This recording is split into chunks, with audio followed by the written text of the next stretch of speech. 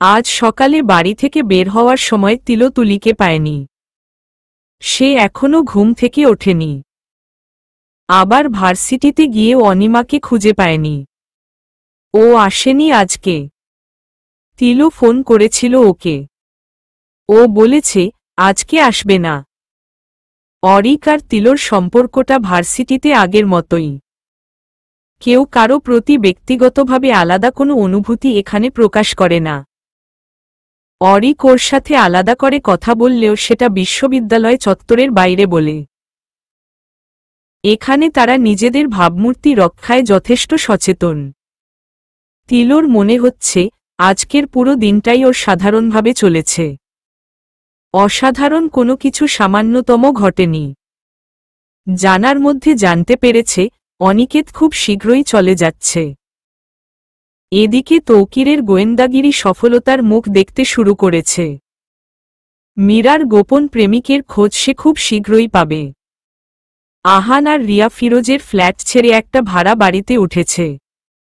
আহান টিউশনির সংখ্যা বাড়িয়ে দিয়েছে। সাথে রিয়াও দুটো জোগাড় করে নিয়েছে। তবে ভাড়া বাড়িটা রিয়ার মনমতো না হওয়ায় ওর মাঝে অসন্তোষ দেখা দিয়েছে। রিয়া এমন বাড়িতে থাকতে একদমই অভ্যস্ত নয়। গত পরশু বলে তারা ঝগড়াও বাঁধিয়েছে। মুখে কিছু বলেনি কেউই। তবে তাদের ভেতরকার প্রত্যক্ষ দূরত্বটুকু ওদের কারোরই চোখ এড়িয়ে যায়নি। গুঞ্জন উঠেছে রিপার ছেলেরা তাদের মায়ের জন্য পাত্র খুঁজতে শুরু করেছে। বাল্যবিধবা রিপার বয়স খুব বেশিও না। সাধারণত শহরের মেয়েদের এ বয়সেই বিয়ে হয়। তার প্রথম স্বামী মারা গিয়েছে বলে তো সে তার সারা জীবন নষ্ট করতে পারে না। রিপাই বরং অরাজি। তবে তার 3 ছেলেও নাছোড়বান্দা। সাথে বউগুলো আর বাচ্চাগুলোও জুটেছে। পোতা পুতনিগুলো দাদির বিয়ে দেওয়ার জন্য এক পায়ে খাড়া। বয়স তাদের খুব বেশি না। বড়জনই সবে 11তে পড়েছে। তবে তারা অকালপক্ক।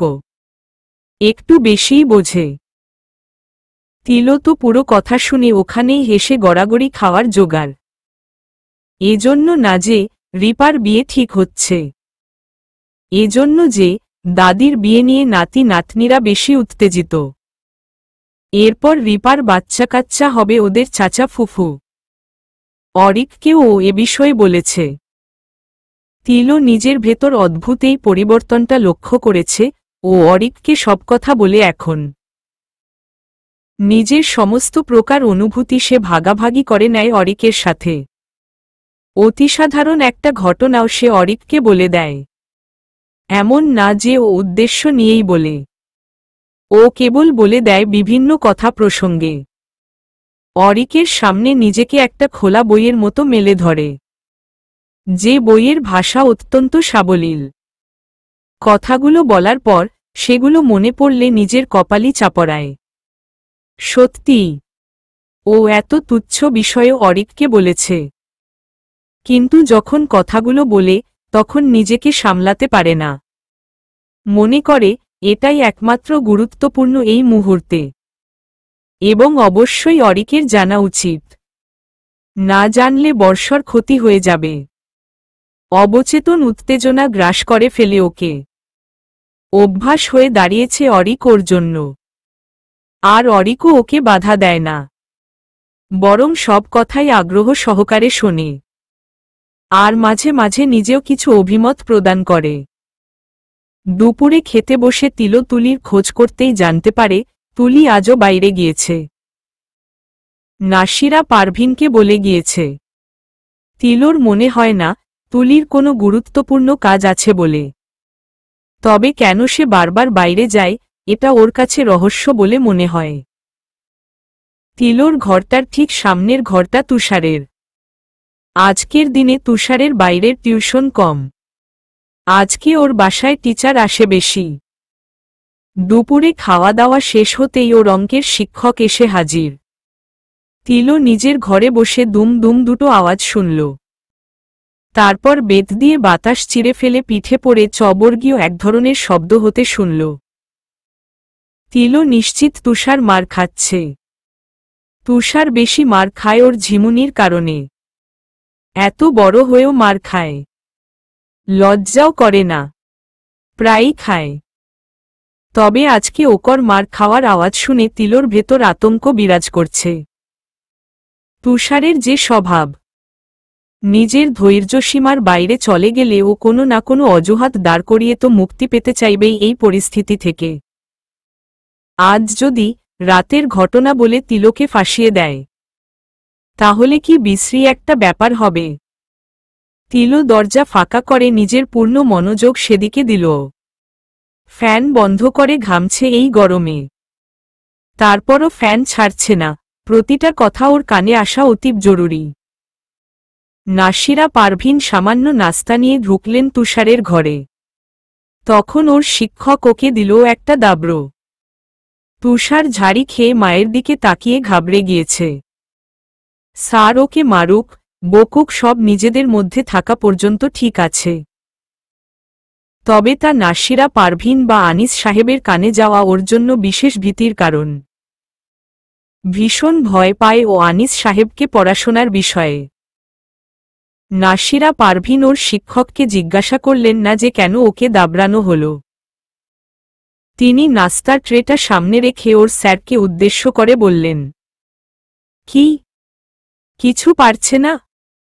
শুনুন স্যার, আপনাকে আমি অনুমতি দিয়েছি, মারবেন ওকে। হাড্ডি আপনার, মাংস আমার, চামড়া ছিলে রোদে শুকাবেন।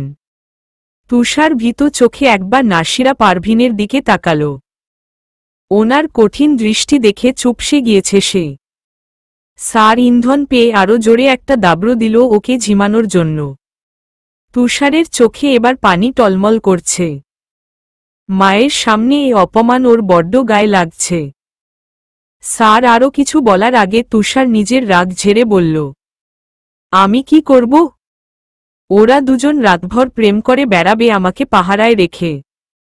সারা রাত ঘুমাইনি, এখন ঘুম আসলে কি করব আমি? তিলোর কানে কথাটা যেতেই তিলোর মাথায় হাত। এতক্ষণ এটার ভয়ই পাচ্ছিল, একদমই খেয়াল ছিল না যে তুষারের স্যার এসে ওকে পড়াবে। তাহলে নিজে হাতে ঘি দিয়ে ব্ল্যাক কফি করে খাওয়াতো ওকে। নাসিরা পারভিন সচকিত হয়ে বললেন, কারা রাতভর প্রেম করে তোকে পাহারায় বসিয়ে গিয়েছে? কথাটা বলে ওনার খেয়াল হল উনি আসলে ওর স্যারের সামনে এ কথা বলছেন। বিষয়টা মাথায় আসতেই অপ্রস্তুত হয়ে পড়লেন। নিজের বেখেয়ালির মাসুল হিসাবে তুষারকে দুঘা দিতে ইচ্ছা করছে, কিন্তু তিনি তা করলেন না। এদিকে তুষারেরও খেয়াল হল ও আসলে কি বলে ফেলেছে। অরিক ওকে বারবার একথা কারো সামনে বলতে নিষেধ করেছিল। তুষার নিজেও বিব্রতবোধ করছে একটু আগে খামখেয়ালিতে বলা কথাটার জন্য। অজুহাত খুঁজতে খুঁজতে সত্যিটাই বলে দিয়েছে। তুষার দ্রুত নিজেকে সামলে বলল, না, কারো না। নাসিরা পারভিন আগের অপ্রস্তুত হয়ে পড়া আর তুষারের অস্বীকৃতি, সাথে সাথে ওর পড়াশোনা নিয়ে গাফিলতির কারণে সব রাগ নিয়ে ওর ফোনের উপর ফেললেন। টেবিলের তাকের উপর রাখা তুষারের স্মার্টফোনটা হাতে নিয়ে বললেন, এই ফোনটাই তো যত নষ্টের গোড়া। সারা রাত জেগে তুমি গেম খেলো, কি মনে করো আমি কিছু টের পাই না?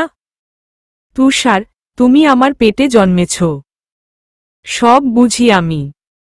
তুমি কতটুকু ফাঁকা করে পা ফেলো সেটাও আমার মাপা। এখন থেকে নিয়ম করে 1 ঘন্টা ফোন পাবে তুমি, বাকি সময় আমার কাছে থাকবে। নাসিরা পারভিন শান্ত কণ্ঠে তবে তিক্ততার সাথে কথাগুলো বলে ফোনটা হাতে নিয়ে চলে গেলেন। এমনই একটা সুযোগ খুঁজছিলেন তিনি, ছেলের থেকে ফোনটা আলাদা করার। যন্ত্রণা একদম বিগড়ে দিয়েছে তুষারকে। তুষারের স্যার সম্পূর্ণ নীরব দর্শকের ভূমিকা পালন করল। তুষার এদিকে প্রচণ্ড হতাশ। যত রাগ সব গিয়ে শেষমেশ ওর অবলা মাসুম ফোনটার উপরই পড়ে। তিলো, অরিকের পাশাপাশি স্যারের উপরও রাগ হচ্ছে ওর, কিন্তু কিছু বলার নেই। ফোনটা চলে যাওয়ায় মনে হচ্ছে ওর শরীরের একটা অংশ কেটে নিয়ে গিয়েছেন নাসিরা পারভিন। ওর হৃদয় ছেঁড়া ধন। কান্না আটকাতে পারল না তুষার। চোখ থেকে টপটপ করে পানি পড়ছে। গেইমের যে লেভেলে আছে সেখান থেকে দ্রুত পরের লেভেলে উঠতে না পারলে ও বন্ধুদের থেকে পিছিয়ে পড়বে। ভাবতেই দম বন্ধ হয়ে আসছে। ওদের প্রেম টিকাতে নিজের প্রেমিকাকে হারাতে হল। তুষারকে কাঁদতে দেখে ওর স্যার আবার ওকে সান্ত্বনা দেওয়ার কাজে নিযুক্ত হলেন। তিলো সারাদিনে তুলির দেখা পায়নি। নাসিরা পারভিন ঈশানকে সামলিয়েছেন। তিলোর নিজের প্রতি রাগ হচ্ছে। যখন তুলি নিজে থেকে বলতে চাইল, ও শুনল না। আর এখন সবটা শুনতে ও খুবই আগ্রহী। কিন্তু তুলির দেখা নেই। বিকালে অনি ফোন করে ওকে হাঁটতে বের হতে বলল। এটা একসময় ওর আর অনির নিয়মিত কাজ ছিল। তারা বিকালে একসাথে হাঁটতে বের হতো, গল্প করত, চা খেত, বাড়ি ফিরত। একটা আলাদা পরিতৃপ্তি। নিজেদের ব্যস্ততায় এখন খুব বেশি সেটা হয় না, মাঝে মাঝে হয়। তিলো আছরের নামাজ আদায় করে প্রস্তুত হয়ে বের হল। রাস্তাটা মাথায় পৌঁছে তিলো দেখে অনি আগের থেকেই সেখানে দাঁড়িয়ে আছে। তিলোত্তমা অনিমার সামনে গিয়ে দাঁড়িয়েই নিজেকে দেখিয়ে জিজ্ঞাসা করল, দেখ তো, আমাকে কি পিকিউলিয়ার কোনো জোকারের মতো লাগছে দেখতে? অনি ভ্রু কুঁচকে ওকে পরখ করল, কিন্তু কিছু বলল না। তিলো ওর এমন আচরণের সাথে একদমই পরিচিত নয়।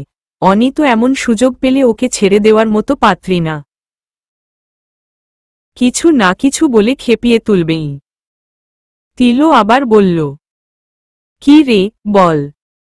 অনি আগের মতো ভঙ্গিমা করেই বলল, কেন?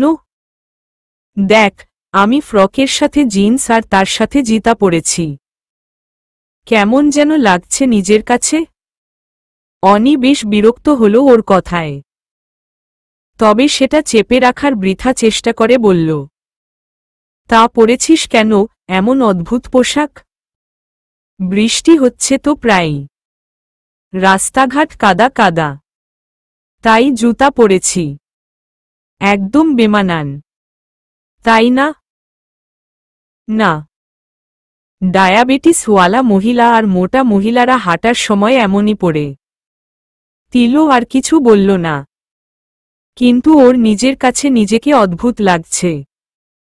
মাথার ওড়নাটার কাঁধে লাগানো পিন খুলে চাদরের মতো ঢেকে নিল নিজের পুরো শরীর। অনি কাঁধে ঝোলানো গোলাপি বর্ণের গুচ্ছির ব্যাগটা থেকে একগাদা চকলেট বের করে তিলোর হাতে দিয়ে বলল, এগুলো ধর। তিলো চকলেটগুলো হাতে নিয়ে কোনো প্রতিক্রিয়া দেখাল না। অনি ব্যাগ থেকে আরও অনেকগুলো বের করে ওর হাতে দিল, সাথে আর কিছু জিনিস। তিলো এবার জিজ্ঞাসা করল, আঙ্কেল এনেছেন? হুম, ইন্ডিয়া থেকে চকলেট কিনে শান্তি আছে। একই টাকায় অনেক বেশি পাওয়া যায়। এদেশে ঢুকলে তো দাম দ্বিগুণ থেকে তিনগুণ হয়ে যায়। হুম।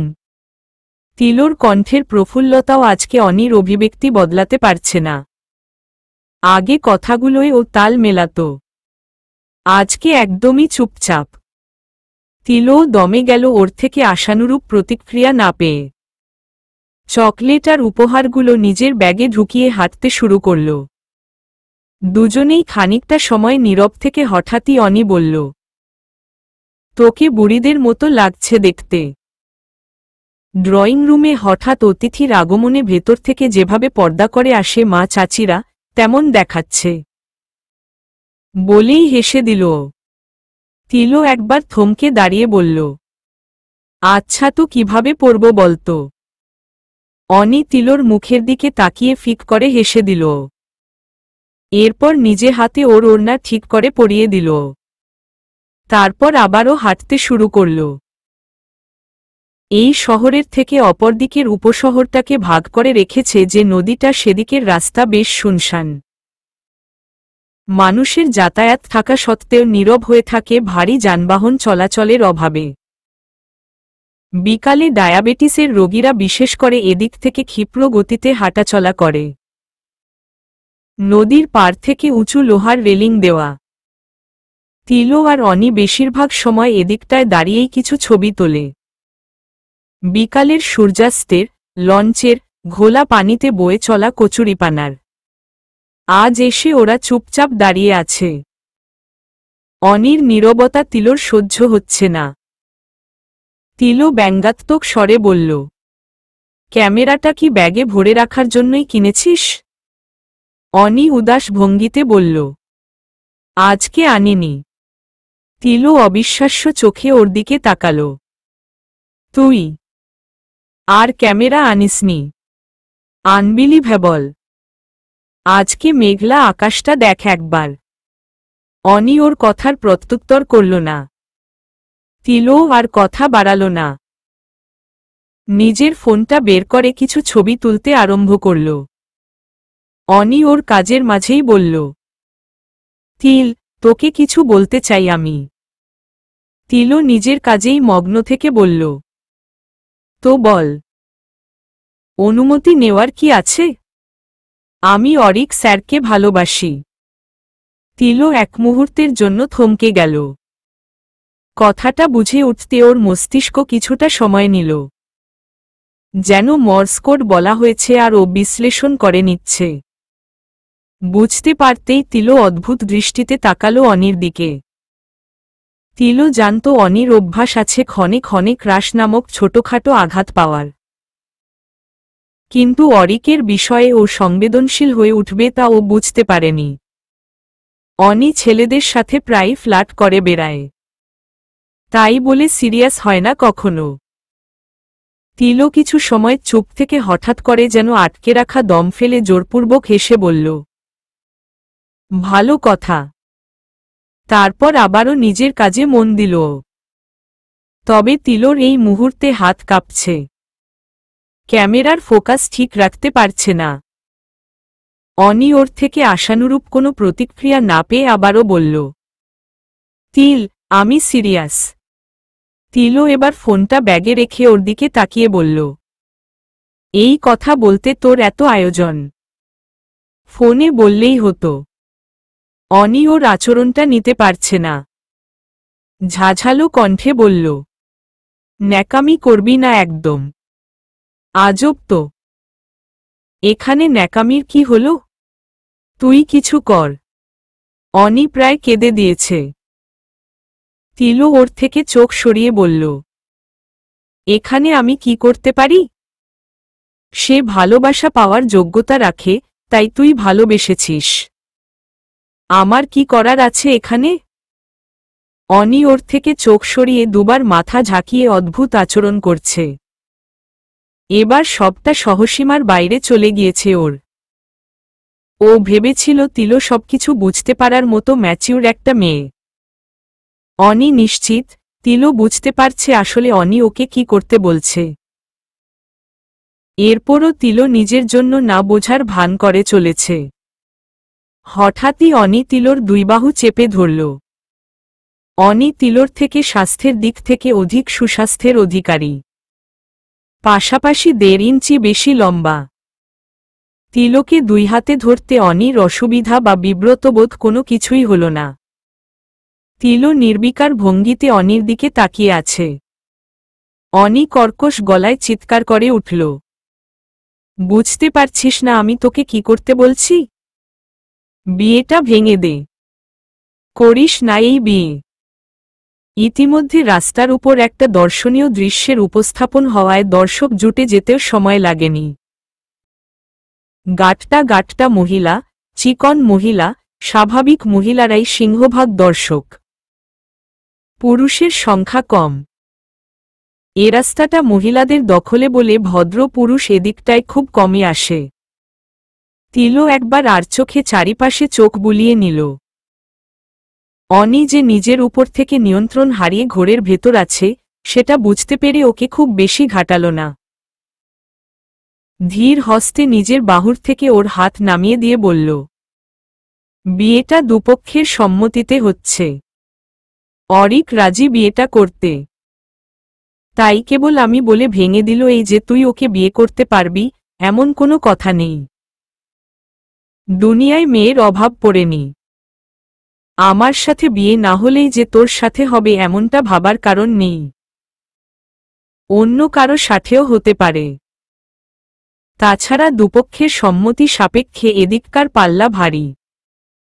তুই আদ্রিয়ান আঙ্কেলকে বল অরিকের সাথে বা তার বাবার সাথে কথা বলতে। তারা রাজি হয়ে যদি আমার সাথে বিয়েটা ভেঙে দেয় তখন দেখা যাবে। পারিবারিকভাবে ঠিক করা বিয়েতে পাত্র পাত্রী বদলে যেতেই পারে। পাশাপাশি এটা কেবল আমাদের উপর নির্ভর করে না, আরও একটা প্রজন্ম জড়িয়ে থাকে। তুই বলে দেখতে পারিস। তিল, একজন তাকে ভালোবাসে জানা সত্ত্বেও তুই অবলীলায় তার সঙ্গে সুখে সংসার করে যাবি? অনি ভগ্ন ভেজা কণ্ঠে কথাটা বলল। তিলোর নিজেকে নিয়ন্ত্রণের ক্ষমতাও লোপ পেয়েছে। ওর চোখ ছলছল করছে। এরপরও একপেশে হেসে বলল, অনি, একজন পাবলিক ফিগার কেউ বহু মানুষ ভালোবাসে, তাই বলে কি তার সংসার হয় না কখনো বা অনেকগুলো সংসার হয়? নাকি তার বউ তাকে ছেড়ে চলে যায় এজন্য যে না তাকে আরও কেউ ভালোবাসে?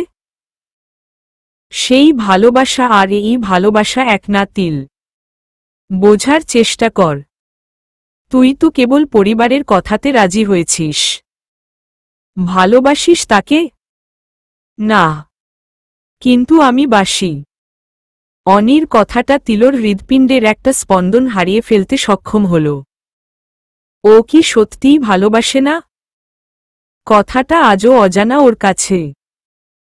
কিন্তু আজ অনি অরিককে ছাড়তে বলায় ও মেনে নিতে পারছে না বিষয়টা কোনোভাবেই। স্বার্থপর করে তুলেছে মুহূর্তেই। অনির কথাটাকে অগ্রাহ্য করতে বা ওর অনুভূতিকে আঘাত করতে ওর একটু খারাপ লাগলেও ওর মন মস্তিষ্ক উভয় একই সাথে বলছে এখন সে ভালো থাকতে চায়। সে চায় অরিকের সাথে সংসার করতে।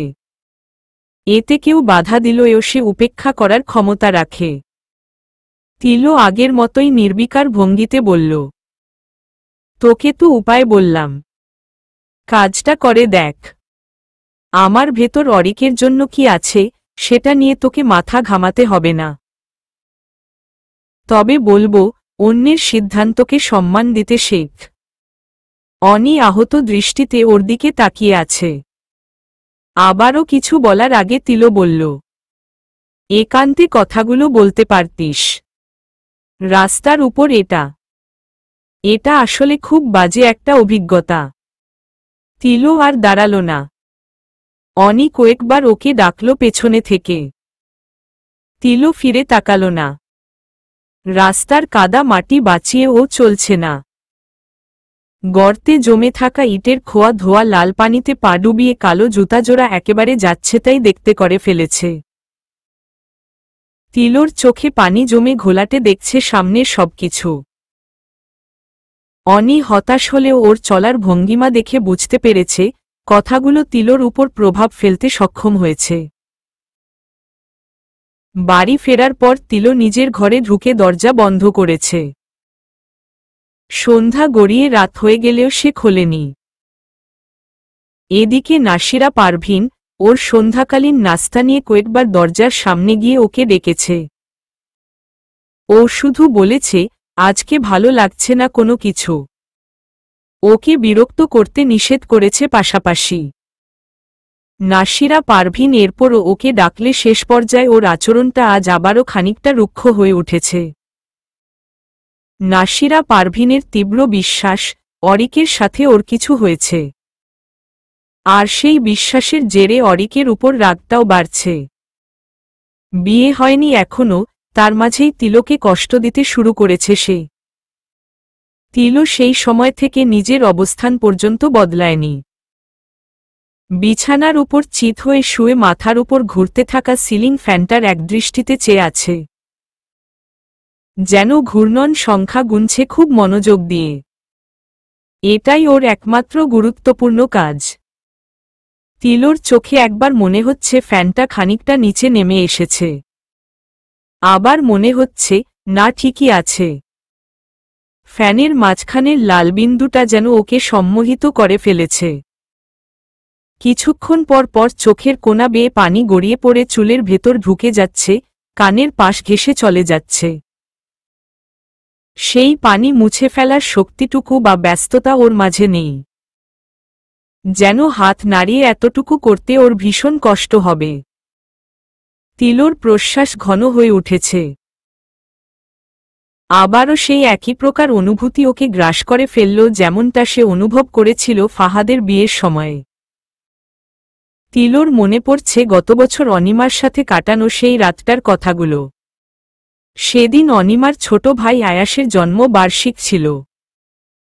আয়াসের অষ্টম শ্রেণীতে ট্যালেন্ট পুলে বৃত্তি পাওয়ার পাশাপাশি একই সময়ে জন্মদিনটা হওয়ায় আদ্রিয়ান আঙ্কেল বড় করে একটা অনুষ্ঠান করার সিদ্ধান্ত নেন। মূলত আয়াসের সাফল্যের কথা আত্মীয় স্বজনদের জানানোই মুখ্য উদ্দেশ্য। অনির বন্ধু বলতে তখন তিলোই সবচেয়ে ভালো বন্ধু ছিল।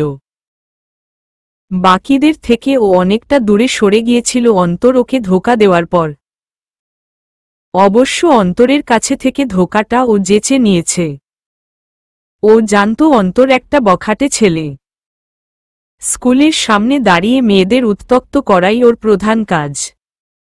এরপরও ও অন্তরের ডাকে সাড়া দিয়েছে। এমন নয় যে অন্তর ওকে জোর করেছিল।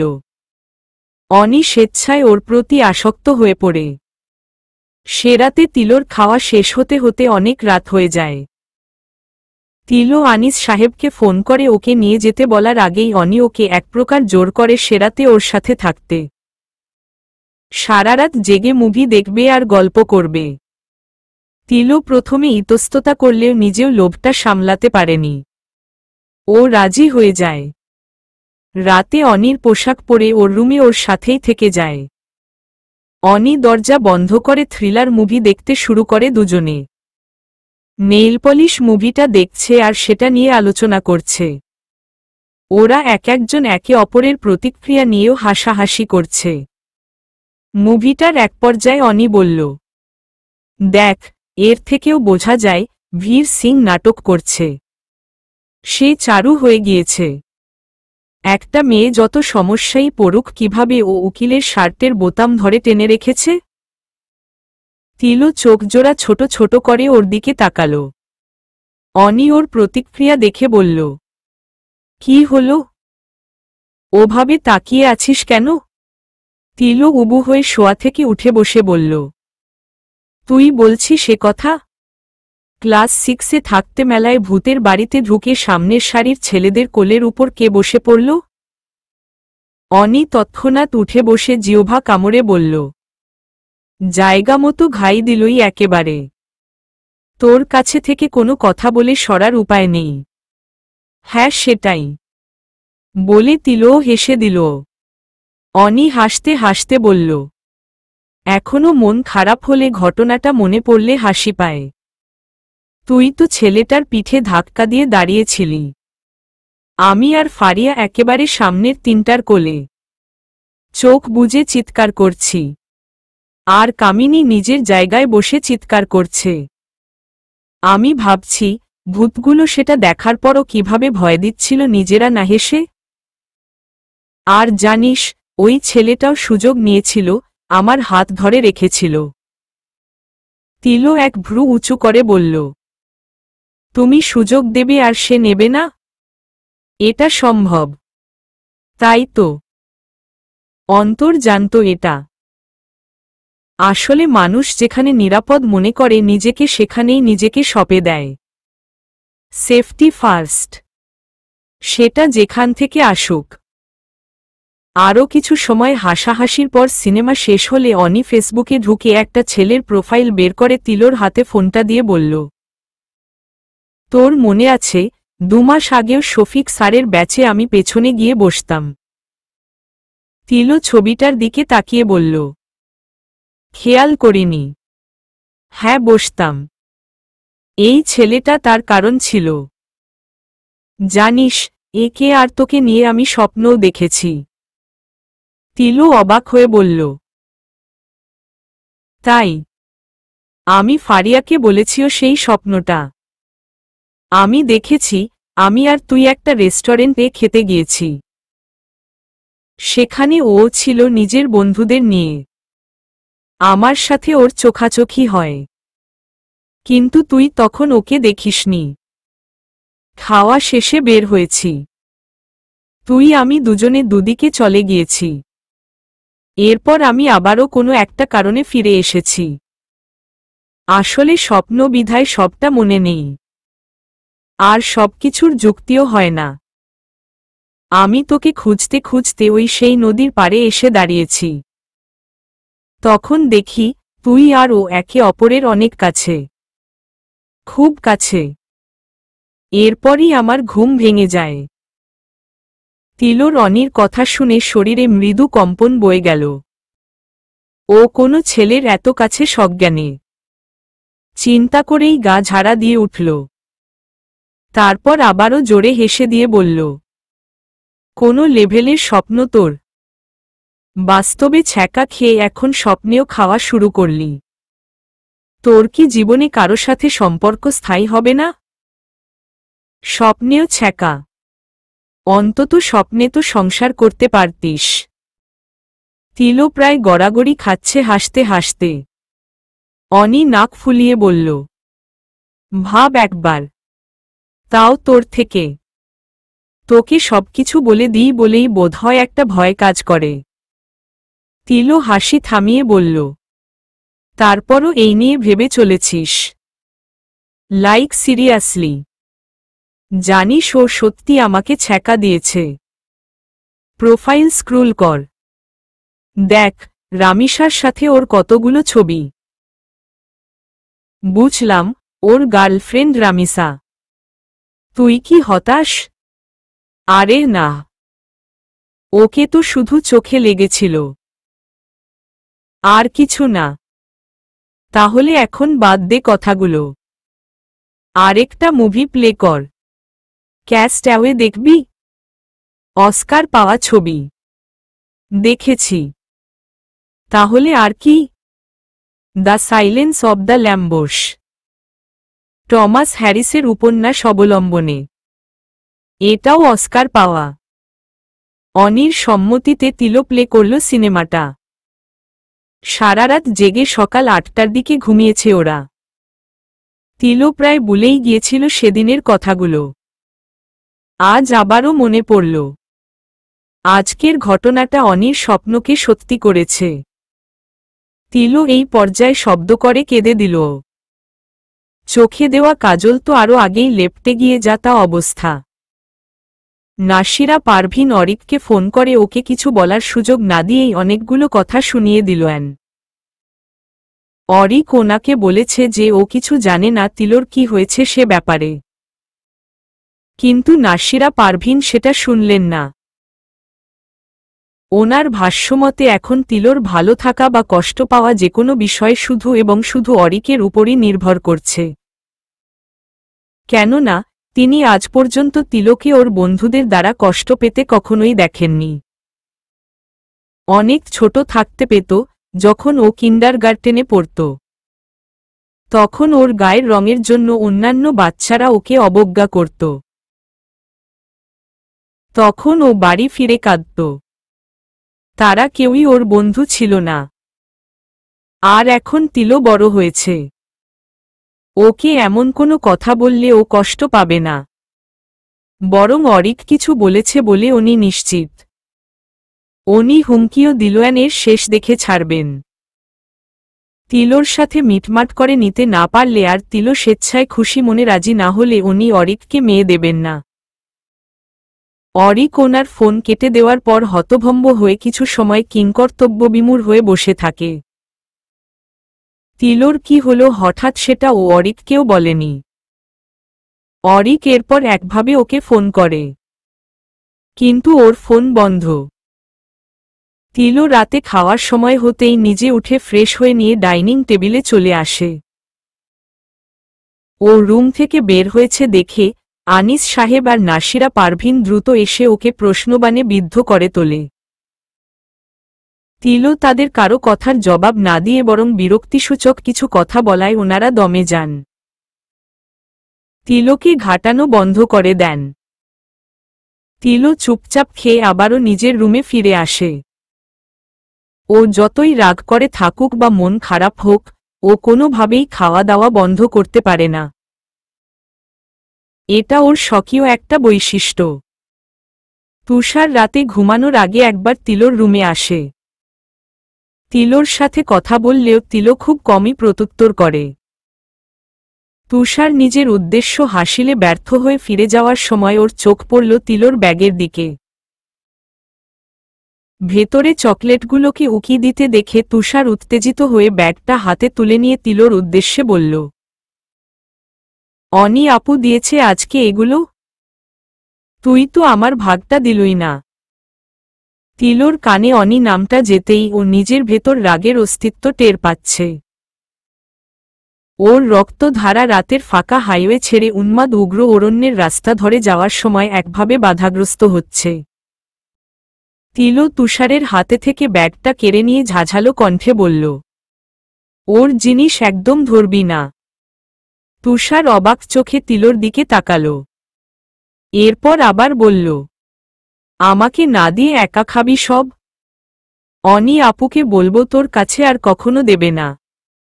বলে আবারও তিলোর হাত থেকে ব্যাগটা কেড়ে নিতে যেতেই তিলো ওকে একটা ধাক্কা দিল। তুষার আতর্কিত ঝোঁকটা সামলাতে না পেরে অনেকটা পিছনে সরে কার্বাটের সাথে ধাক্কা খেল। তিলো চিৎকার করে বলল, একটা কথা কতবার বলা লাগে তোকে? ছ্যাঁচড়ামি আমার একদমই ভালো লাগে না তুষার। একটা কথা একবার বললে শুনবি, এগুলো কিচ্ছু ধরবি না। তুষার আঘাত পেয়েছে তিলোর আচরণে। আগে তিলো কখনো কিছু আনলে ওকে না দিয়ে খায়নি। আনার সাথে সাথে ওর ভাগটা বুঝিয়ে দিত। এমন না যে ওকে এগুলো খেতেই হবে। কিন্তু তারপরও একটা আকর্ষণ। আজকে ওর হঠাৎ পরিবর্তনটায় তুষারেরও অভিমান হয়েছে। কিছু না বলেই হনহন করে বেরিয়ে গেল রুম থেকে। তিলো ধপ করে বিছানায় বসে পড়ল। হাতে ধরা ব্যাগটার ভেতর চোখ যেতেই দীর্ঘ একটা নিঃশ্বাস ফেলল। সবকিছু কাল ও ফিরিয়ে দেবে অনিকে। আজকে ঘটনার আকস্মিকতায় বিষয়টা মাথা থেকে একদম বেরিয়ে গিয়েছিল। তিলো ফোন অন করে রাখল। রাতে অরিকের সাথে কথা বলা প্রয়োজন। তিলো অনেকটা সময় ভেবে নিজেই ফোন করল অরিককে। ওদের প্রণয় সম্পর্কটির পর এই প্রথম তিলো নিজে থেকে ফোন করল অরিককে। যখন থেকে তিলো সম্পর্কটা মেনে নিয়েছে তারপর অরিক ওর ফোনের অপেক্ষা করতে করতে সোফায় বসে ঝিমিয়ে পড়েছিল। ধরফরিয়ে উঠল আওয়াজ কানে যেতেই। স্ক্রিনে তিলোর নাম দেখে ব্যস্ত হয়ে ফোনটা তুলল। তিলোকে কিছু বলতে না দিয়েই নিজের উদ্গ্রীবতা প্রকাশ করল অরিক। তিলো ওর ব্যস্ততা বুঝতে পেরে হেসে দিল। এতক্ষণের মন খারাপ হঠাৎই ভালো হয়ে যেতে শুরু করেছে। অরিক একভাবে কিছু কথা বলে যখন তিলোর কোনো সাড়া পেল না, অরিক থমকে গিয়ে জিজ্ঞাসা করল, তিল, তুমি কি ঠিক আছো?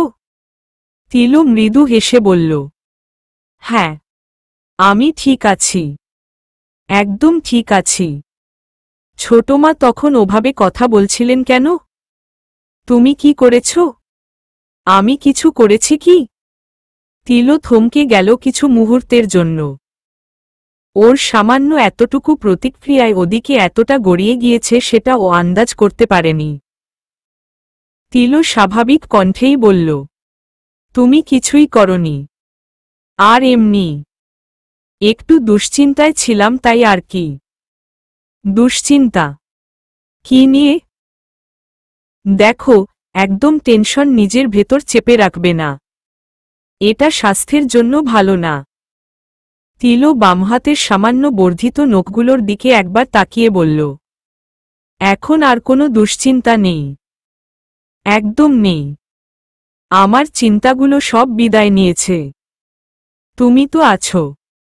অরিক ওর কথার অর্থ বুঝতে না পেরে বলল, আমি থাকলে তোমার দুশ্চিন্তা বিদায় নিল কি করে? তিলো কণ্ঠে উৎফুল্লতা এনে বলল, ম্যাজিক। এটা সম্পূর্ণ জাদু। আমি তোমাকে বিশ্বাস করি অরিক। হ্যাঁ। তো তো কিছু না। কাল দেখা করবে? অরিক ও তিলোত্তমার হঠাৎ প্রস্তাবিত প্রকল্পে নিজের ভেতর খুশির আমেজ অনুভব করল। ও সাথে সাথেই রাজি হয়ে গেল। কোথায় করতে চাও? বলো। তোমার ফ্ল্যাটেই। অরিক তেমন কোনো প্রতিক্রিয়া দেখালো না ওর কথায়। ও কেবল সম্মতি দিল। তিলো পূর্ণ আত্মতৃপ্তির সাথে ফোন কেটে দিল। ও নিশ্চিত, ও বিশ্বাস করে যে যাই বলুক বা যেই আসার চেষ্টা করুক অরিকের জীবনে, অরিক ওকে ছাড়বে না। তিলোর এখন নিজেকেই বোকা মনে হচ্ছে। আগেই অরিকের সাথে কথা বললে ওকে এতক্ষণ মনোকষ্টে ভুগতে হতো না। অরিকের কণ্ঠে ওর জন্য বিশেষ কিছু আছে, যেটা ওর অশান্ত মনটাকে শান্ত করার অদ্ভুত ক্ষমতা রাখে। তিলোর আজকে ভার্সিটিতে না যাওয়া নিয়ে কেউই কোনো প্রশ্ন তোলেনি। এমনকি অরিকও ওকে ফোন করে কোনো কঠিন কথা শোনায়নি। তিলোর অরিকের সবকিছু খুব ভালো লাগলেও এই পোস্টার বয়ের পড়াশোনা নিয়ে অতিরিক্ত বাড়াবাড়ি তিলোর ভালো লাগে না। একসময় তিলোর মাঝে জ্ঞানী মানুষের আশেপাশে আসলেও ভীতি কাজ করত। মোটামুটি কলেজ শেষে যারা ভার্সিটিতে উঠেছে তাদেরই মনে হতো বিরাট জ্ঞানী। ওদের আশেপাশে থাকাও বিপজ্জনক। কখন কি জিজ্ঞাসা করে ওকে একেবারে অপ্রস্তুত করে ফেলে। এখন তো নিজেই ভার্সিটিতে পড়ে, এরপরও প্রফেসরদের ও ঠিক নিতে পারে না। দেখলেই অবচেতন আতঙ্ক গ্রাস করে। হালিম সাহেব বাড়িতে আসলেও তিলো অনেক কমই সামনে যেত। ফাহাদের দাদু ছিলেন ভার্জিনিয়া ইউনিভার্সিটির একজন ইমেরিটাস অধ্যাপক। তিলোর মনে পড়ে না কখনো ও ওনার সামনে গিয়েছে বলে। অবশ্য উনি দেশে এসে মাত্র দুবারই ওদের বাড়িতে এসেছিলেন, তাও তিলোর দাদু বাড়িতে। ওদিকে ফাহাদের বাবাও একজন অধ্যাপক। তিলোকে দেখলেই শাশুড়ি শাশুড়ি সম্বোধন করে বেশ আহ্লাদ দিতেন। এরপরও তিলো কখনোই ওনার সাথে খুব হাসিখুশিভাবে কথা বলতে পারত না। তিনি কথা বলতে বলতে একগাদা জ্ঞানদান শুরু করতেন। এটাই তিলোর ভয়ের কারণ ছিল। তিলো খেয়াল করেছে যে যেটা অপছন্দ করে সেটাই তার কপালে এসে জুটে যায়। তিলোর সেই দশাই হয়েছে। ওর সাথে যে সারা জীবন থাকবে বলে ও আশা করছে সেই একজন অতিজ্ঞানী ব্যক্তি। তিলো বিকালের দিকে অরিকের অ্যাপার্টমেন্ট ভবনের উদ্দেশ্যে রওনা হয়। সাথে করে অনির গতকালকে দেওয়া চকলেট আর উপঢৌকনগুলোও নিয়ে এসেছে।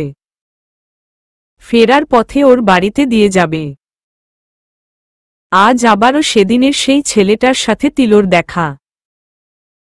তিলো ঘটনাটাকে কাকতালীয় বলবে নাকি ছেলেটা সবসময়ই ওঠানামার মধ্যে থাকে সেটা বুঝতে পারছে না। তিলোকে ভবনের বড় গেটটা দিয়ে ঢুকতে দেখেই সেই ছেলেটা মুখে চওড়া হাসি টেনে সালাম দিল। তিলো ছোট করে তার উত্তর দিল। ছেলেটা এগিয়ে এসে বলল, বললেন না তো আপনি এখানে নতুন কিনা? তিলো বিব্রতবোধ করছে ছেলেটার কথায়। যদি ও বলে ও অরিকের সাথে দেখা করতে আসে তবে কথার হাত পা গজাতে সময় লাগবে না। ব্যাচেলর একটা ছেলের কাছে ও কেন আসে? প্রশ্নটা নিশ্চয়ই এই লোকের মাথায় উদয় হবে। তিলোর চোখে মুখে অপ্রস্তুত ভাবটা স্পষ্ট হয়ে উঠেছে। ছেলেটা ওর মুখভঙ্গি দেখে মিটমিট করে হাসছে। তিলো বিষয়টা খেয়াল করে কোনো উত্তর না দিয়েই সিঁড়ি বেয়ে উঠতে শুরু করল। শ্যাম বর্ণের বলিষ্ঠ দেহের ছেলেটা পেছনে থেকে বলে উঠল, আমি কিন্তু জানি আপনি অরিক ভাইয়ার কাছে আসেন। তিলো এবার খুব বেশি বিরক্ত হলেও কোনো প্রতিক্রিয়া দেখাল না। যখন জানেই তখন জিজ্ঞাসা করার প্রয়োজন কোথায়? তিলো অরিকের ফ্ল্যাটের দরজায় বেল বাজানোর সাথে সাথে দরজা খুলে দিল অরিক। যেন প্রস্তুত ছিল খোলার জন্য। তিলোকে দেখেই হাসি মুখে সালাম দিল। তিলো তার জবাব দিয়ে ভেতরে ঢুকে সোফায় বসল। তিলো দ্বিতীয়বারের মতো অরিকের বাসায় আসায় অরিকের মাঝে ব্যস্ততা দেখা দিল। সে তিলোকে যেকোনোভাবে হোক তার জন্য একটা তৃপ্তিকর পরিবেশ এনে দিতে ব্যস্ত। সে কি দুপুরে খেয়েছে? এখন কিছু খাবে? এসিটা কি রুমটা একটু বেশিই ঠান্ডা করে ফেলেছে? সে কি বসে আরাম পাচ্ছে? আসার সময় সমস্যা হয়নি কোনো? কখন আসবে সময়টা কেন বলল না, তাহলে ও নিজে গিয়ে ওকে নিয়ে আসত? বিভিন্ন প্রশ্নের বাণে বিদ্ধ করে ফেলছে তিলোকে প্রথম কয়েক মুহূর্তের জন্য। অরিকের আচরণ অতিব্যস্ত ছোট পাখির মতো। তিলো ওর আচরণে হেসে দিল। ধীরে ধীরে সে একটু বেশিই সংবেদনশীল হয়ে পড়েছে। তিলোর পাশে বসে স্বাভাবিকভাবে সে কথা বলতে পারছে না। তিলোর মনে হচ্ছে অরিকের ব্যস্ততা কৃত্রিম। সে তিলোর চোখের সামনে থেকে পালাতে চায় কোনো কারণে। সেই অর্থে অরিক যখন কফি বানিয়ে আনার প্রস্তাব পেশ করল, তিলো নিষেধ করল না। অরিক রান্নাঘরে যেতেই তিলো চিৎকার করে বলল, তোমার কাজের মেয়েটাকে কি ছুটি দিয়েছ তুমি? অরিক রান্নাঘর থেকে উকি দিয়ে বলল, কেন? তিলো সেন্টার টেবিলের দিকে ইশারা করে বলল, আজকে তোমাকে অগোছালো মনে হচ্ছে।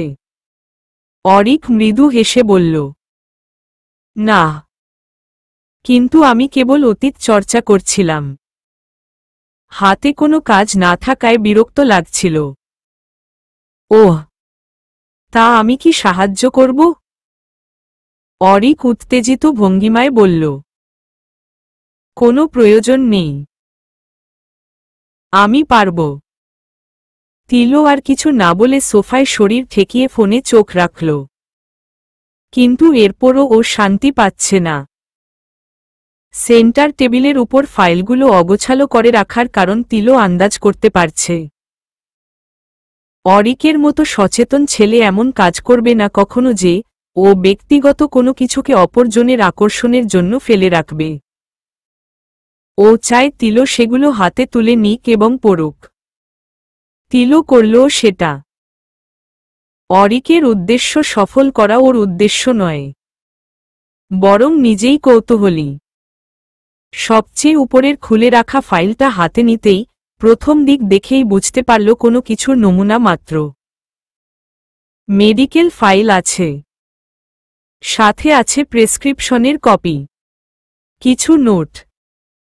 লেখাগুলোর আসলে কোনো অর্থ নেই, সব আজে বাজে কথায় ভরপুর। তিলো তবুও পড়তে শুরু করল, আমি কেবল কামড়াচ্ছি, চুলকাতে চুলকাতে আমি বিরক্ত। এখন কামড়ে জায়গাটুকু তুলে ফেলতে ইচ্ছা করছে। সে বলেছে চুলকানো ভালো, কিন্তু আমি সহ্য করতে পারছি না। আমার ন্যাপি বদলে দেওয়া নার্সগুলো কোনো জাতের? জানতে পেরেছ তুমি? ওদের পূর্বপুরুষগুলো কি বৃষ্ঠা পরিষ্কারকারী নাকি ইঁদুর পাকড়াওকারী? তুমি জানো মিস ব্রিটনির অবৈধ বাচ্চাটার বাবা আসলে ওর আপন ভাই? প্রিয় ডাক্তার, পরের লাইন। এই তুমি কমা দিয়েছ তো? বিরামচিহ্ন খুবই বড় বিষয়, না হলে ঠিকানা হয়ে যাবে গুলি ও বারুদের কারখানা নং কলিকাতা।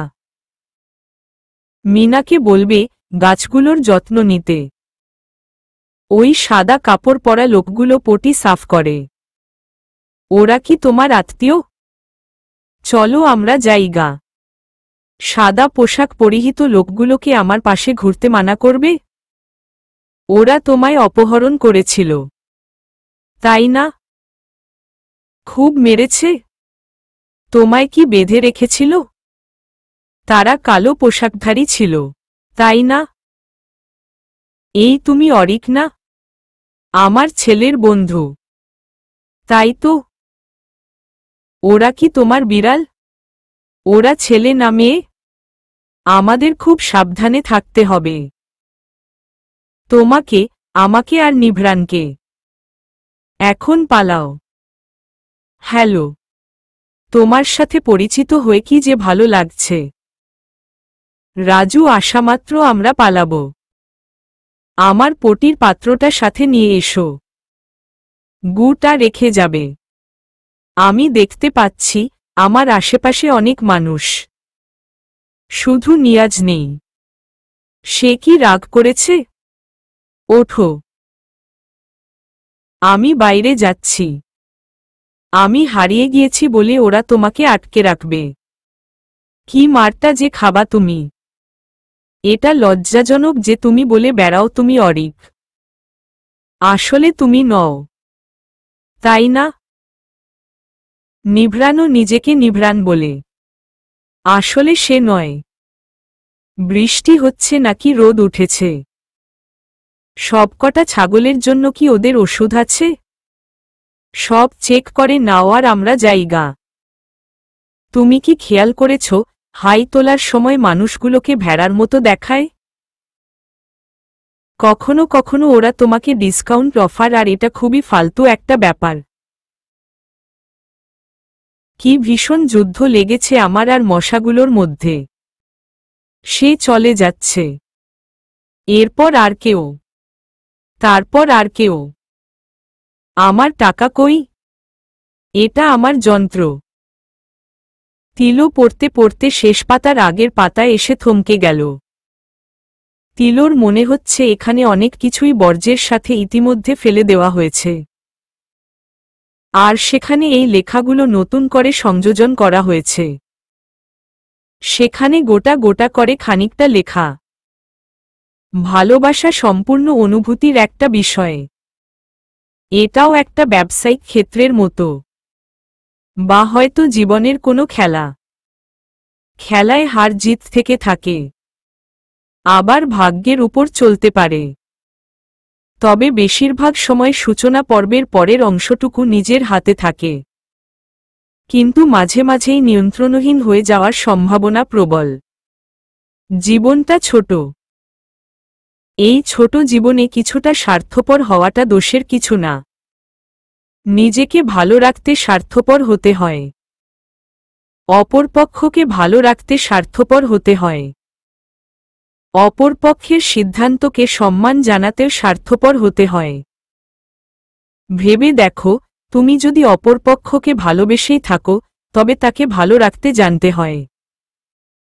সে কিভাবে ভালো থাকতে পারে বা কার সাথে ভালো থাকতে পারে। ছোট জীবনটায় আনন্দ নিয়ে বেঁচে থাকো। পাল্লা কোনো দিকে ভারী? তিলো মৃদু হাসল লেখাটা পড়ে। অরিক ইতিমধ্যে কফি তৈরি করে ফিরে এসেছে। তিলোর দিকে মগটা বাড়িয়ে দিতেই তিলো সেটা গ্রহণ করল। অরিক ওর পাশের সোফাটায় বসল। তিলো একবার অরিকের দিকে তাকিয়ে দেখল ওর কপাল জুড়ে বিন্দু বিন্দু ঘাম জমে আছে। এটুকু করেই নাজেহাল দশা। তিলো টেবিলের উপর থেকে টিস্যু বক্সটা অরিকের দিকে এগিয়ে দিল। অরিক সেখান থেকে টিস্যু নিয়ে কপাল মুছতে মুছতে বলল, খেয়ে বলো কেমন হয়েছে। তিলো কফি খাওয়ার আগে ফাইলটা হাতে রেখেই বলল, সপ্তাহ জুড়ে স্টেনোগ্রাফির কাজও করো নাকি? অরিক এক মুহূর্ত চুপ করে থেকে বলল, আরে না, এমনি একটা করেছিলাম। কার এটা? নিভৃণের বড় মা, শাপলা আন্টির। বড় মা? তিলো ভ্রু কুঁচকে জিজ্ঞাসা করল। অরিক নির্বিকার ভঙ্গিতে বলল, হ্যাঁ। নিভৃণের বাবা নিয়াজ আঙ্কেল ভালোবেসে একজন বয়স্ক মহিলাকে বিয়ে করেছিলেন। ওনার কোনো সন্তান না হওয়ার কারণে উনি নিজেই নিজের স্বামীকে আরেকটা বিয়ে দেন। নিভৃণ ওর দুই মা আর এক বাবার একমাত্র ছেলে। ওনার মৃত্যুর পূর্ববর্তী কিছুদিন উনি সিওপিডিতে আক্রান্ত ছিলেন, তাই না? অরিক তিলোর এই বুঝে ফেলার ক্ষমতাটাকে একটু বেশিই পছন্দ করে। মাথা নেড়ে সম্মতি দেয়। তিলো স্মিত হাসল নিজের ধারণা ঠিক প্রমাণিত হওয়ায়। Chronic obstructive pulmonary disease, COPD, এমন একটা ব্যাধি যেটা নিষ্পাপ অভিজাত বৃদ্ধ দাদি নানীদেরকে দিয়ে বেশ্যাখানার মালকিনদের মতো আচরণ করাতে পারে, আবার বিশপদের মুখ থেকে গালিগালাজ করাতে পারে মাতালদের মতো। সমস্ত সংস্কার ভুলিয়ে দিতে পারে। মাঝে মাঝে তাদের আচরণ হয়ে ওঠে শিকারপ্রবণ, আক্রমণাত্মক। কিন্তু তার স্টেনোগ্রাফার হিসাবে নিযুক্ত হলে কেন হঠাৎ? অরিক সোফায় আয়েশি ভঙ্গিতে বসে বলল। নিভরানের ধারণা ছিল শাপলা আন্টি এমন কিছু জানে যেটা ও জানে না। মরণকালে নষ্ট মাথার বদৌলতে কিছু বলে দিল, সেটা ও জানতে চায়। আমি আর মাঝে মাঝে ও নিজেও কাজটা করত। তিলো ভ্রু কুঁচকে বলল। গোপন কিছু শেষ পর্যন্ত পেয়েছিলে? না। নিভরানের ধারণা ও শাপলা আন্টিরই গর্ভের সন্তান। ওর মাঝে বেশির গুণই তার। কিন্তু আশেপাশে সবাই বলে ও আসলে নিয়াজ আঙ্কেলের দ্বিতীয় স্ত্রীর সন্তান। আসলে নিভরান খুব বেশি ভালোবাসত ওনাকে। এটা হলে হয়তো খুশিই হতো। তবে জানো, নিয়াজ আঙ্কেল সত্যিই শাপলা আন্টির জানাজায় ছিলেন না। এমনকি কবরস্থানেও যাননি। কেন? জানি না। তিনি কি শেষের এই নোটটার কথাও বলেছেন? তিলু অরিককে সেটা দেখিয়ে বলল। অরিক হঠাৎই অপ্রস্তুত হয়ে পড়েছে নোটটা দেখে। অরিক প্রত্যুত্তর করল না। তিলু মৃদু হেসে এক চুমুক কফি খেয়ে বলল। অনিকে কেমন লাগে তোমার? সেই নিঃসন্দেহে রাজকন্যা। অরিক হতাশ দৃষ্টিতে তিলোর দিকে তাকাল। তিলো সে দৃষ্টির দিকে এক মুহূর্ত তাকিয়ে সেটা উপেক্ষা করে সামনে তাকাল। তিলো ফোঁস করে নিঃশ্বাস ফেলে বলল। তিনি আসলে অসাধারণ মহিলা ছিলেন বলে মনে হচ্ছে। নিজের মাথায় গণ্ডগোল হওয়া সত্ত্বেও খুব বেশি খারাপের দিকে সেটা যায়নি। আবার অরিকের দিকে তাকিয়ে বলল। নাকি খারাপটুকু ফেলে দেওয়া হয়েছে? অরিক এই প্রশ্নেরও জবাব দিল না। তিলো হঠাৎই উঠে দাঁড়িয়ে বলল। কফিটা চমৎকার ছিল। আমি আসছি। অরিক এবার আর চুপ করে থাকতে পারল না। শান্ত স্বরে বলে উঠল। আমাকে কোনো কিছু পরিষ্কার করে কেন বলো না তুমি? আমি তোমাকে স্পষ্টভাষী বলে জানতাম। তিলো থেমে দাঁড়িয়ে বলল। আমার মনে হয়েছে আমাদের আজকের মতো বলার কিছু নেই। অরিক উঠে দাঁড়িয়ে তিলোর সামনে দাঁড়াল। ওর চোখে চোখ রেখে বলল। তোমার থেকে স্পষ্ট ভাষায় একটা উত্তর জানতে চাই। তুমি কি এখনো আগের সিদ্ধান্তে অটল? নাকি বদলেছ? বদলালে বলে দিতাম। অরিক যেন এতক্ষণের আটকে রাখা দম হঠাৎ করে ফেলল। চোখজোড়া ইতিমধ্যে লাল হয়ে এসেছে ওর। ঠোঁটে তৃপ্তির হাসি ফুটিয়ে বলল। তুমি ধারণা করতে পারো না গতকাল থেকে আমি কোনো পরিস্থিতিতে ছিলাম। তিলো ওকে চমকে দিয়ে ওর দাড়িতে নিজের লম্বা সিলিন্ডার আঙুলগুলো ভরে দিয়ে বলল। তোমার জানা প্রয়োজন, আমি নিজেকে বড্ড বেশি ভালোবাসি। আমাকে অন্যরা অবজ্ঞা করে, যতটুকু ভালোবাসা থেকে বঞ্চিত করে তার অধিক নিজেকে ভালোবেসে সেই অভাব পূরণ করি। আমি ভালো থাকতে চাই অরিক। আর আমাকে যে ভালোবাসে তাকে ভালো থাকতে দেখাটাও আমার ভালো থাকার একটা অংশ। আমি জানি সে আর কারো সাথে সুখী হবে না। নিজের পাশাপাশি তাকব ভালো রাখতেও আমি সিদ্ধান্ত বদলাতে পারব না। অরিক তিলোর থেকে ইন্ধন পেয়ে নিজের ভেতরকার সংকোচবোধের দেয়ালটাও টপকে গেল। হঠাৎ করেই তিলোর খুব কাছে এসে দাঁড়িয়েছে সে। খুব কাছে, যতটা বর্ণনা করেছিল অনিমা তার স্বপ্নের। অরিকের নিঃশ্বাস এখন তিলোর মুখে আছড়ে পড়ছে। অরিক স্বাভাবিক কণ্ঠে বলল। একটা স্বীকারোক্তি দেই। তিলো একপেশে হেসে বলল। আমি বোধহয় জানি সেটা। শাপলা আন্টি নামে কারো অস্তিত্ব নেই। অরিক চোখ সামান্য বুজে মাথা নাড়িয়ে অসম্মতি জানাল। তারপর আবারও ওর চোখের দিকে তাকিয়ে বলল। কিছুটা ঠিক, তবে পুরোটা না। শাপলা আন্টি ছিলেন। সবটাই হয়েছে। শুধু স্টেনোগ্রাফার আমি ছিলাম না। তবে তুমি বুঝলে কিভাবে? স্টেনোগ্রাফিতে শেষ অংশটুকু অতটা যত্ন নিয়ে লেখার কোনো উপায় নেই। তাছাড়া সেই রোগাক্রান্ত ব্যক্তি গুছিয়ে অতটা বলতে পারবে না কখনো। কিন্তু শুরুটা ছলনা দিয়ে কেন করলে? অরিক কণ্ঠে অপরাধবোধ এনে বলল। আমি ভয় পেয়েছিলাম তিল। খুব ভয় পেয়েছিলাম। তোমার আজকে হঠাৎ দেখা করাটা নিয়ে।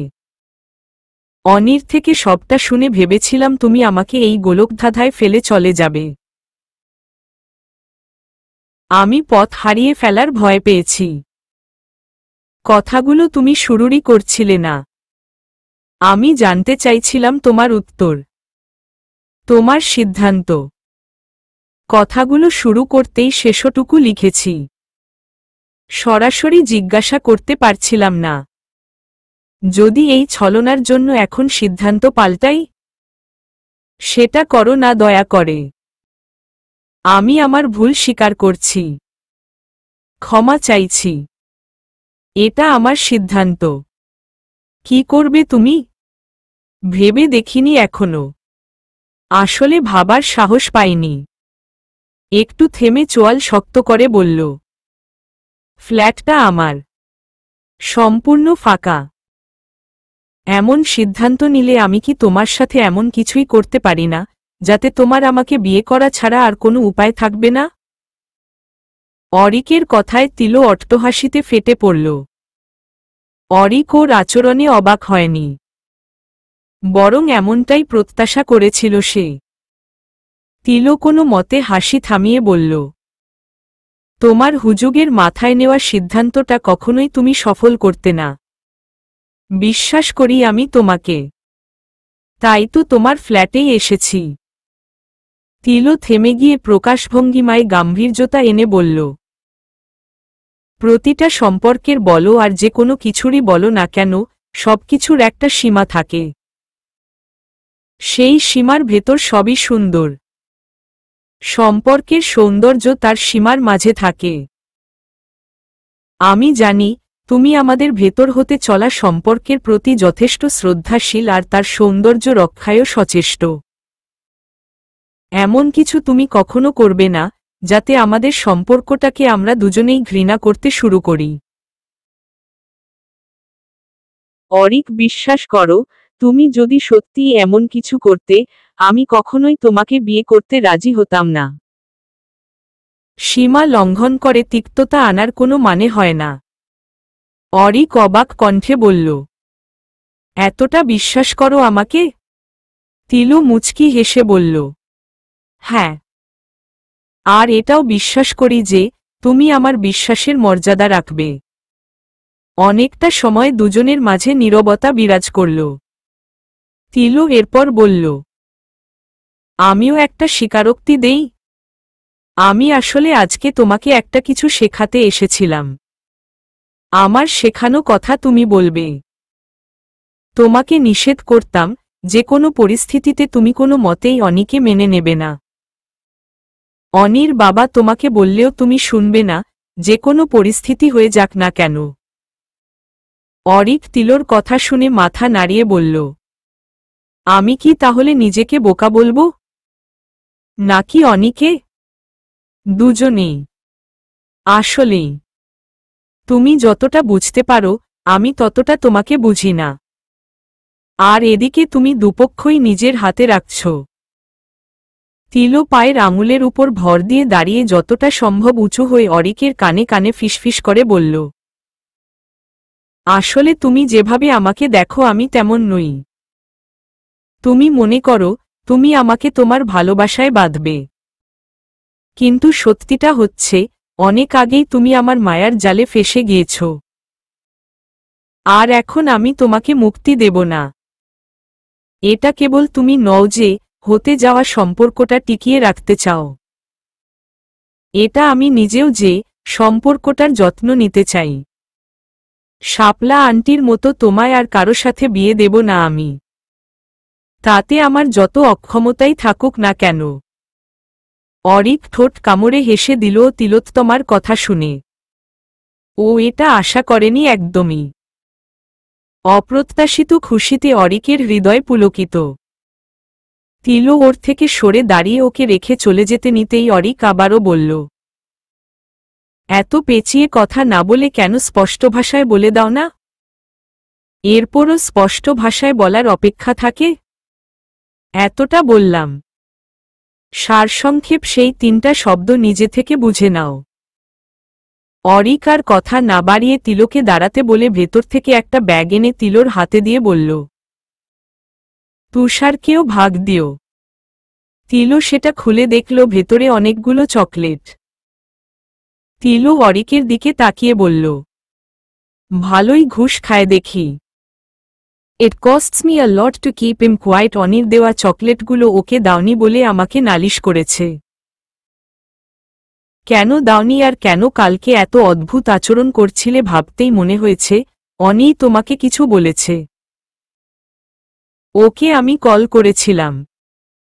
তিলো এরপর ওর ফ্ল্যাট থেকে বেরিয়ে হাঁটতে হাঁটতে চলে আসলো অনির বাড়িতে। অরিক নিজেই ওকে বাড়ি ফিরিয়ে দেবে বললেও তিলো রাজি হয়নি। অনির বাড়ির দরজায় ব্যাগটা রেখে বেল বাজিয়ে ফিরে আসে তিলো। তিলো অনিমার বাড়ির দরজায় বেল বাজিয়ে দাঁড়ায়নি। আয়াস যতক্ষণে দরজা খুলেছে ততক্ষণে তিলো ওখানে ছিল না। আয়াস আশেপাশে তাকিয়ে কাউকে দেখতে না পেয়ে দরজা আটকানোর আগে নিচে পড়ে থাকা ব্যাগটার দিকে চোখ পড়তেই ওর ভ্রু যুগল আপনা আপনি কাছাকাছি চলে আসে। ও ব্যাগটা হাতে তুলে নিয়ে চিনতে একদমই অসুবিধা হয় না এটা কিসের ব্যাগ। আয়াস ভাবলেশহীন ভঙ্গিতে ব্যাগটা তুলে নিয়ে ঘরে ঢুকে দরজা বন্ধ করে দিল। অনি এই মুহূর্তে বাড়িতে নেই যে ওকে এগুলো ফিরিয়ে দিয়ে নিজের কৌতূহল মেটাতে পারে। রাতে অনিমা তিলকে বেশ কয়েকবার ফোন করেছিল, কিন্তু তিলো সেগুলো রিসিভ করেনি। পরদিন ভার্সিটিতে গিয়েও তিলো অনির সাথে কোনো কথা বলেনি। অনিমা কয়েকবার কথা বলার চেষ্টা করেছিল, কিন্তু তিলোর ওকে এড়িয়ে যাওয়ায় ও নিজের অবস্থান বুঝে নিয়েছে।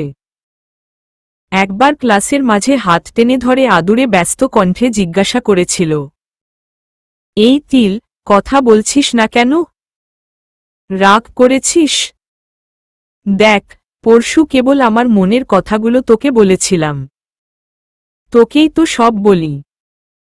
এতে রাগ করছিস কেন? তিলো অনির সে কথারও কোনো প্রত্যুত্তর করেনি। ও এই বিষয়টাকেও এতটা হালকাভাবে নিচ্ছে ভেবেই তিলোর শরীর রাগে রিরি করে উঠল।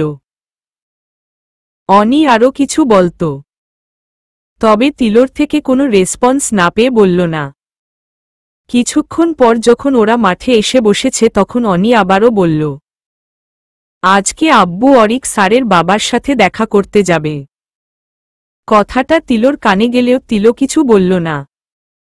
আবার ওদের ভেতরকার মনোমালিন্যতা ওদের বাকি বন্ধুদের চোখ এড়িয়ে যায়নি। জিজ্ঞাসা করেও সদুত্তর পায়নি তারা, তবে অনির শেষ কথাটা রিয়ার শুনে অবাক দৃষ্টিতে তাকিয়েছিল অনির দিকে।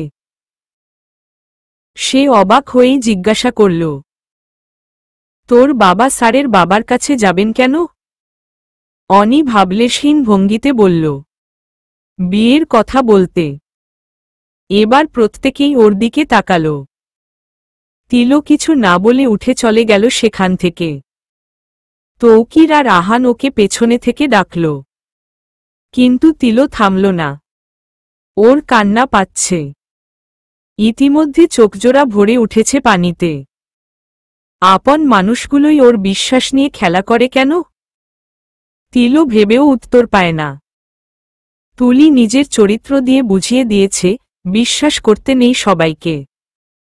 আজকে আবার অনিও। ও কি বুঝেও না বোঝার ভান করে বসে আছে। তিলো এটাও জানে না ও আর পরবর্তী ক্লাসগুলো করবে না। বেরিয়ে গেল ভার্সিটি থেকে। অনির কথা শুনে সকলেই অবাক হয়েছে। রিপা অবাক কণ্ঠেই বলল, তিলের সাথে তো বিয়ে ঠিক হয়ে গিয়েছে। তাহলে তুই মাঝখান থেকে উদয় হলি কেন? অনি হাত দুটো পিছনে নিয়ে শরীরের ভর পেছনে দিয়ে আয়েশি ভঙ্গিতে বসে বলল, তিলো তো পরিবারের ঠিক করে দেওয়া বলে রাজি হয়েছে। তাহলে এই বিয়ে ভেঙে গেলে সমস্যা কোথায়? মীরা অনির মাথায় চাটি মেরে বলল, তাতে কি? ঠিক তো হয়েছে। একটা সম্পর্ক ভেঙে দেওয়া কত বড় অন্যায় তোর ধারণা আছে? পাগল নাকি তুই?